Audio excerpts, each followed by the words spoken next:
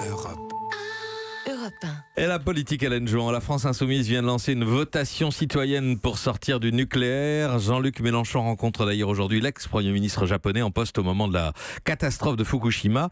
Et il a accordé un entretien au magazine Écolo Reporter que vous nous recommandez, Hélène. Oui, une interview, tenez-vous bien, qui ne prend pas pour point de départ les journalistes, qui ne lance pas le énième appel à la sédition contre le parti médiatique. Cela suffit à donner matière à un édito plein et entier. Entretien intéressant, car Jean-Luc Mélenchon revient sur sa conversion à l'écologie. Pas évidente pour un socialiste productiviste, pour qui tout progrès social passait d'abord par l'accroissement des richesses.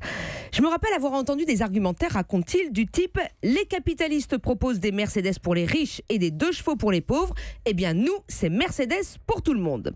En fait, c'est la fréquentation d'Alain Bombard et la visite de la centrale nucléaire de Nogent-sur-Marne, un déclic qui l'éveille au questionnement écologique, qui le pousse à s'interroger sur la sûreté nucléaire. Et Jean-Luc Mélenchon nous expliquait quels auteurs l'ont nourri. Marx et Teilhard de Chardin, le pape François et son encyclique, ainsi que sa fille, une écolo républicaine, dit-il. Eux qui lui ont fait comprendre ce qu'est l'écologie politique. Pas de l'environnementalisme, non. La conviction qu'il n'y a qu'un seul écosystème compatible avec la vie humaine. Toute la question pour un dirigeant politique est de savoir comment faire passer cette idée, comment révolutionner le mode actuel de production et de consommation en passant outre l'obscurantisme actuel, qui n'est plus un obscurantisme religieux, dit-il, mais un obscurantisme de la publicité et des médias. L'obscurantisme des médias, Jean-Luc Mélenchon, il revient tout de même. Oui, mais cela entre dans sa démonstration, qu'on n'est pas obligé de partager, mais qui se tient que pour éviter une catastrophe écologique, les êtres humains doivent se réapproprier leur destin, mais que ce n'est pas chose aisée, car tout est fait pour que nous nous attachions individuellement aux conséquences quand il faudrait s'attaquer aux causes. Où voulez-vous en venir ? Eh bien, au fait qu'en lisant ces quelques pages, on est presque surpris de l'acuité du propos. Pourquoi ? Eh bien, parce qu'on avait fini par oublier que Jean-Luc Mélenchon était aussi cet homme-là, l'un des rares à penser globalement la politique.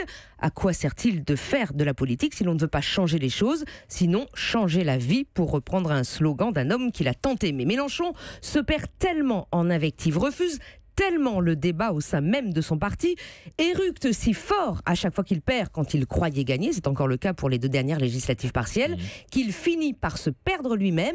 Eh bien, c'est sa grande faute, car il est aussi capable de prouver qu'il est utile au débat politique. Hélène Jouan. Vincent ? Teilhard de Chardin. Alors là, depuis les années 60 et le Vatican II, plus personne ne lit Teilhard de Chardin. Je suis sûr que Raphaël Enthoven lui-même ne lit plus Teilhard de Chardin. Oh, il l'a lu, sûrement, oui. Mais Jean-Luc Mélenchon dit qu'il l'a lu, qu'il avait 14-15 ans quand il l'a lu, qu'il l'a lu avant même de lire Marx, et ce qui lui a d'ailleurs permis de comprendre mieux Marx.